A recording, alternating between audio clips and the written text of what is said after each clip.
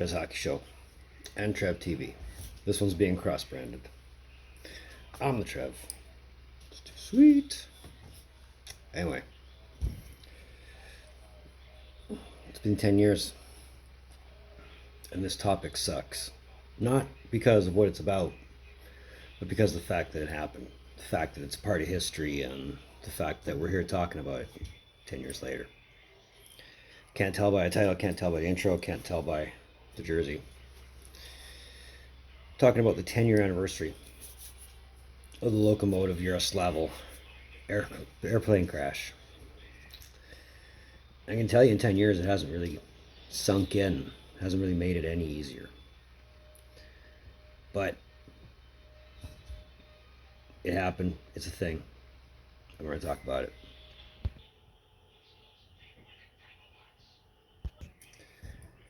So if you're unfamiliar with the situation, the closest I compare it to North American wise is Humboldt, and that one's still pretty fresh.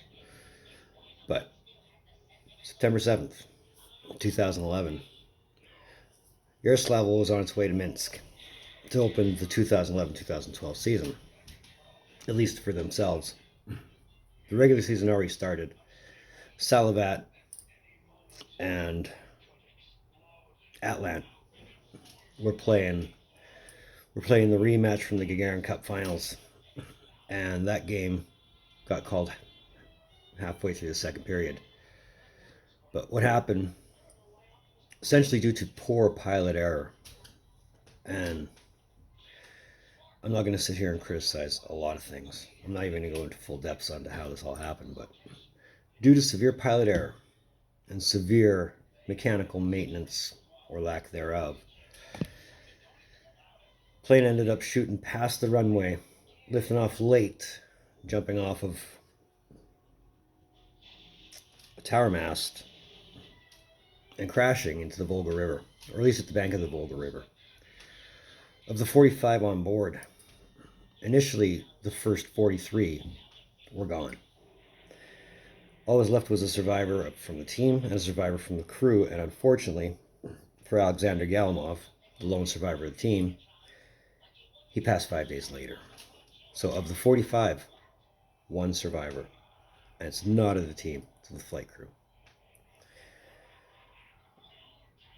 Now,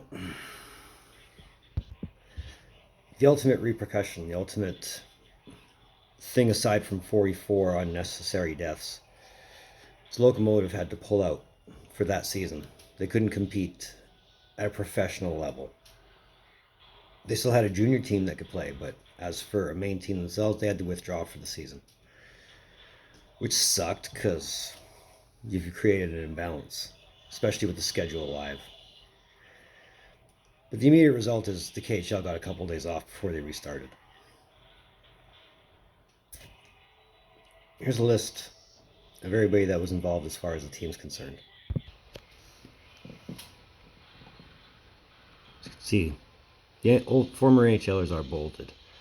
But you can see a lot of young players in there. Jan Merrick, who was really seeing a career resurgence. Saleh, Vasicek, coaches, Korolev, Kapotsev, Brad McCrimmon, and your flight crew. For the KHL, this was severely bad timing because they weren't too far removed from when Sharapanov collapsed on the bench and ended up passing away that night. It's bad PR for them, and it's taken some time for the league to recover. Not so much from one, but both. But they did. Weather was fine. Good winds, clear skies. So really weather was not an issue. The aircraft, on the other hand, needed severe overhaul, needed maintenance. The old Yak models. If you've flown to Russia or have flown from Russia back before 2011, you might know what I was talking about. But ultimately, needless to say, the long-term repercussions is the yak line is not in service anymore. The NHL response was quite immediate. Firstly, though, every team in the KHL wore this patch for the entire season. I think Lokomotiv wore it for a couple seasons after they came back to the league. Capitals and Penguins wore the logos respectively for their home opener, with all jerseys being worn, signed, and auctioned off to help the families of those that were lost. The Red Wings wore this patch in honor of Brad McCrimmon, Ruslan Saleh, and Stefan Leave, with Jimmy Howard wearing this on the back of his helmet. The Ducks wore this patch in honor of Ruslan Saleh. The Hurricanes wore this in honor of Joseph Vasicek. The Blues wore this in honor of Pavel Demitra and Igor Korolev. The Devils wore this, honoring Karel Rashnek and Alexander Vasanov. The Grand Rapids Griffins wore this, honoring Pavel Demitra, Karel Rashnek, and Stefan Leave. The Dallas Stars wore this on the back of their helmets in support of Carlos Scratton's. Top of that, the KHL also renamed their opening cup, which was usually played at the first game of the season, which is the game I was talking about, to the Lokomotiv Cup, as a fitting little tribute. There was a lot more as far as, countries the players came from, like the Slovakian national team retired the number 38 countrywide. Nobody can wear 38 in Slovakia. I believe the German team also retired a number. I don't remember for who, but that's there. There was a lot of national, international tributes as far as the hockey community was concerned with this. Like I said, 10 years later, it still sucks. I can tell you exactly what I was doing. It doesn't sound good on my end anyway, but I will explain.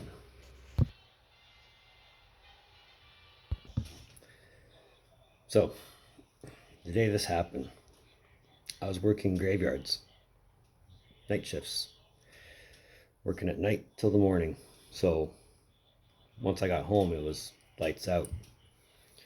The day this happened, I woke up to this. Because my force of habit was wake up around 5:30, 6 o'clock at night, check the phone, read the news on it, and that was the first thing that popped up. That set the tone for my day. And there was so many familiar names, given the circumstance of what had happened, it was not a great mood that day. It was very, very mournful, if you want to call it that. Obviously, I had to talk to somebody about it. So I was hoping, people I was talking to at the time were awake. That way I could have a legit conversation, at least the ones that were into hockey anyway. Turns out they all slept in later than I did. But that's what I woke up to. And I've said it throughout this video. I said it then. I'm saying it now. That sucks. I mean, for the veteran guys, it would be nice to see them make a run. Because, Lokomotiv was by no means a non-contending team. They've been runner-ups for the Gagarin Cup 2 seasons prior. So the championship window, or at least their championship run, wasn't closed. It wasn't done. They were definitely a team on the rebuild. And little known info, Varley almost signed with that team. Almost. What stopped them? Getting a new contract in Colorado.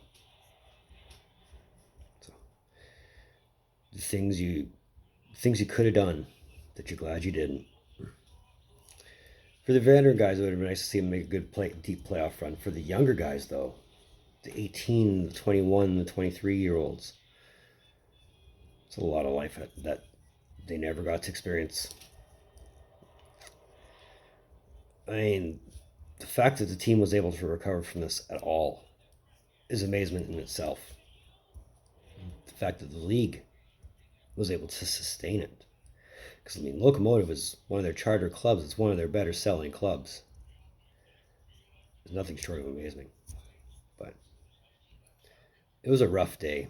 And being it's 10 years from it, it's not any easier.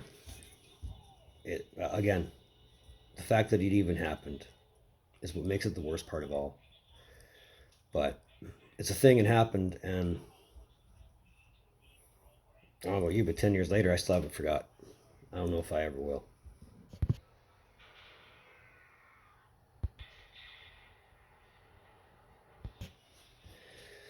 Says another one of Trev's hockey shows, and another one on Trev TV. Well, thank you for guys for tuning in. Don't think I don't appreciate the gesture, especially if you've made it to this point. I know it's a sucky subject, but